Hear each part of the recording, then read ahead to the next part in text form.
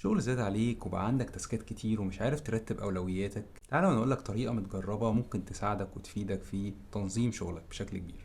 بعض الشركات بيكون عندها تاسك مانجمنت سيستمز أو بعض البرامج اللي بيستخدموها على الأنظمة بتاعتهم زي اوراكل، ايكونكس، تيمز، بلانر وغيرها كتير. وبعض الشركات تانية بتعمل سبسكريبشن في مواقع زي ماندي وجيرا واسانا وغيرها كتير، ودي مواقع بتساعد بشكل كبير على إدارة التاسكات والأولويات اللي عليك.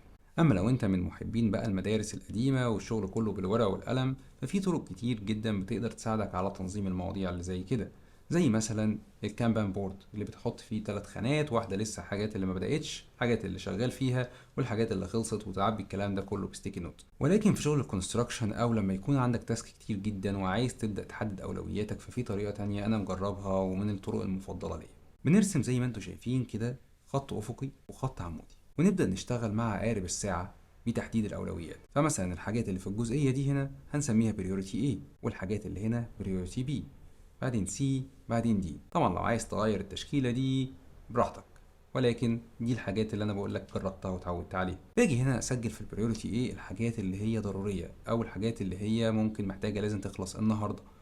الحاجات اللي هنا في الخانه بي ممكن تكون حاجات ضروريه بس ممكن اخد معايا فيها يومين 3 شغل.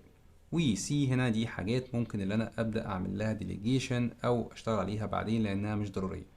طبعا هنا لو في حد من التيم ممكن اوزع له الشغل ده، فهبدا اسيبها هنا زي ما هي، ولكن خلاص انا بتابع مع التيم ان هو يخلصها في الوقت اللي هو مطلوب منه يخلصها فيه. والحاجات اللي في دي حاجات مستقبليه، بلانز، خطه الشهر ايا كان، حاجات على المدى البعيد شويه مش مهمه حاليا.